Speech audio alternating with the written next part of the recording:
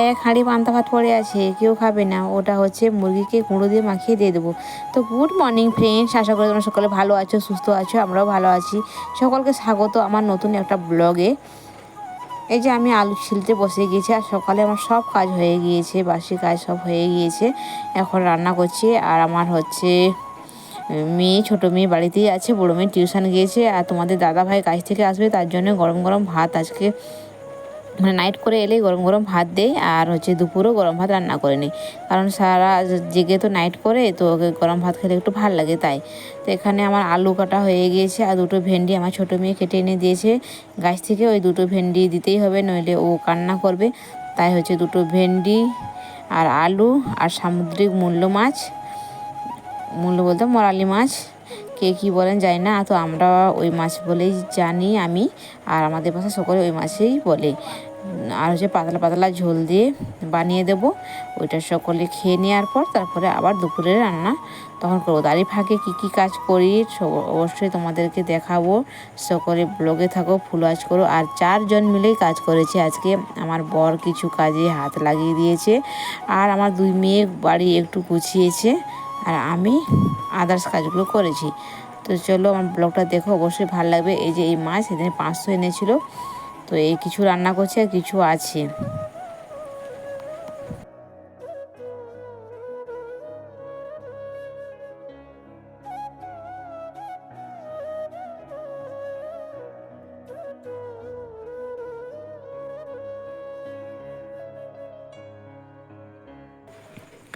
এখানে তো মাটি দিলাম, কিন্তু এখন তো বর্ষা পড়ে গেছে। বর্ষা বলতে আবার নিম্নচাপ, পুজো পুজো অবধি নিম্নচাপ থাকবে। আর এখানে মাটি দিয়ে দিয়েছি, এখানে পা দিয়েছি, খুব ঠান্ডা লাগছে, এতখানি ভেজা দিয়ে খুবই মানে প্রবলেমে পড়ে গিয়েছি। না দিলেই ভালো হতো, তো তখন কি মনে করে দিয়ে দিলাম। তো চলো চা দিয়ে দিচ্ছি। আমি তখন চা খেয়ে নিয়েছি, আর এখন আমার ছোটো মেয়ে আর তোমাদের দাদা ভাইকে চা দিয়ে দিচ্ছি। ও চা খেয়ে নেবে, আর এদিকে আমি ভাত বাড়তে থাকি ততক্ষণ। তোমার দাদা ভাই এসে একটু রেস্ট নিল, তারপরে ব্রাশ করে এসে চা খাচ্ছি। আর এই যে আমি বস্তাটা দিয়ে দিলাম, আমি আর বসতে পারছি না, ভীষণ ঠান্ডা লাগছে পায়ের তলাতে। তাই আজকে মেয়েরা স্কুলে যাবে না, কারণ ওনাদের স্কুল হবেই না, মানে স্কুল হবে, ক্লাস হবে না। প্রার্থনার পর ছুটি দিয়ে দেবে, ছুটি ঘোষণা করেই ছুটি দিয়ে দেবে। তাই আমি বলছি যেতে হবে না, বেকার গিয়ে কী করবে। তো গতকাল আমি গিয়েছিলাম, স্যার বলেই দিয়েছে তো বাচ্চাদেরকে পাঠানোর দরকার নেই, তাই হচ্ছে পাঠাচ্ছি না। আর এত কাজের চাপও নেই। তো আজকে কিছু জিনিস ধোবো, কিছু পর্দা ধোবো, জানলার আর হচ্ছে দরজার কিছু পর্দা ধোবো। তো ভীষণ প্রবলেমে পড়ে গিয়েছি। এখন তো কি সুন্দর আকাশ, রোদ দিচ্ছে ঝলমলিয়ে, এই দেখেই আমি তো সব জিনিস চুবিয়ে ধোয়ার পরে সে কি বৃষ্টি, সে কি মেঘ ঝুলে আছে, গম্ভীর মুখ, অবস্থা দেখে তো খারাপ। এক গাদা জিনিস ধুয়েছি, আমিও ধুয়েছি, সর্দি ভাইও ধুয়েছে। হ্যাঁ, তো জিনিস অনেকগুলোই হয়ে গিয়েছে, তো কিচ্ছু করার নেই, ধুয়ে নিয়েছি পুজোর সামনে। তাই আমি ভাবছিলাম সব জিনিস ধোয়া, তাও একটু ধুয়ে নিচ্ছিলাম, যে পুজো তো সামনে, তো চলো একটু ধুয়ে নিই।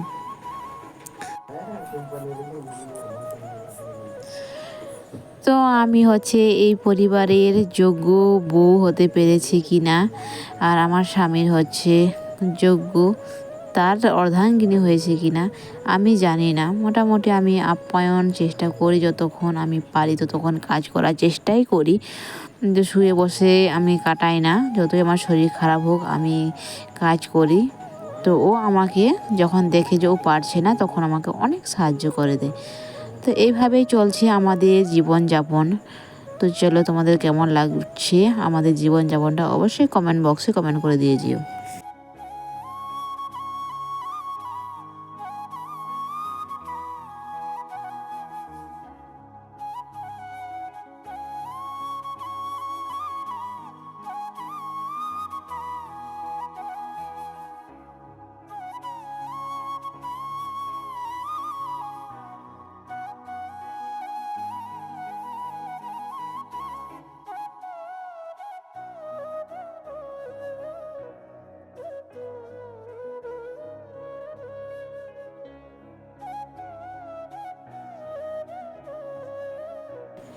তো খাওয়ার পরে এখানটা আমি ঝাঁট দিয়ে দিচ্ছি, এখানে মুরগি খেতে দিয়েছিলাম।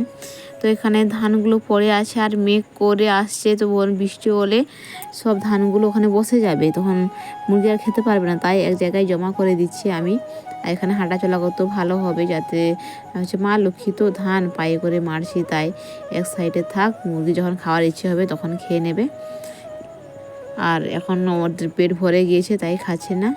তো চলো আমি ছাঁটিয়ে নিচ্ছি, ছাঁটিয়ে নেওয়ার পর আমি মাছ বাছবো, শাশুড়ি মা মাছ দিয়েছে, ওই মাছগুলো বাছবো। আর আমার বর থালা বাসন মাজতে সাহায্য করে দেবে, আর ও স্নান করে কিছু আমাদের জিনিস ধুয়ে ও ঘুমিয়ে যাবে, আর আমি এদিকে রান্নাবান্না করব। এই যে আমার বর এই যে থালা বাসন ধুচ্ছে, আর আমি এখানে মাছ বেছে দিচ্ছি। তো আর ও আমাকে এভাবেই সাহায্য করে, অনেক থালা বাসন হয়ে গেলেই আমার বরই মেজে দেয়, কারণ আমার 2 বাচ্চায় সিজার হয়েছে, আমার কোমরের প্রবলেম, তখন আমি ওই নুয়ে থাকতে পারি না, কোমর ভীষণ যন্ত্রণা করে, তাই বেশি থালা বাসন হয়ে গেলেই তোমাদের কিন্তু দাদাভাই আমাকে খুব সাহায্য করে দেয়, জিনিস ধোয়া উপরন্ত থালা বাসন ধোয়ায়, এই 2টো জিনিস মাস্ট করে দেয়। আর বুড়ো বাড়ি যখন লেপা হয় গোবর দিয়ে, তখন তোমার দাদাভাই করে দেয়। তো ও অনেকখানি কাজ আমার টেনে নেয়, অনেক কিছু সাহায্য করে।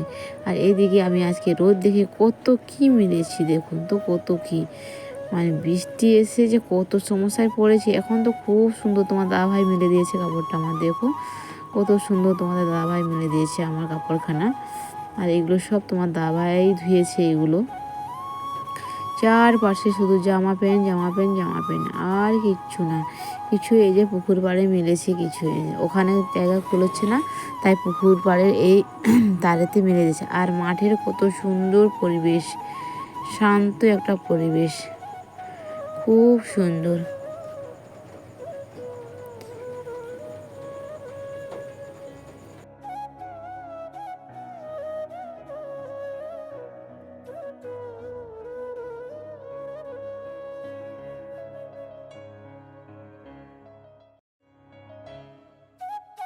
এখানে 2 মেয়ে সুকেশ গুছিয়ে দিচ্ছে, এলোমেলো হয়ে আছে, ওরাই সবসময় সাজগুজের জিনিস বের করে আর এলোমেলো করে।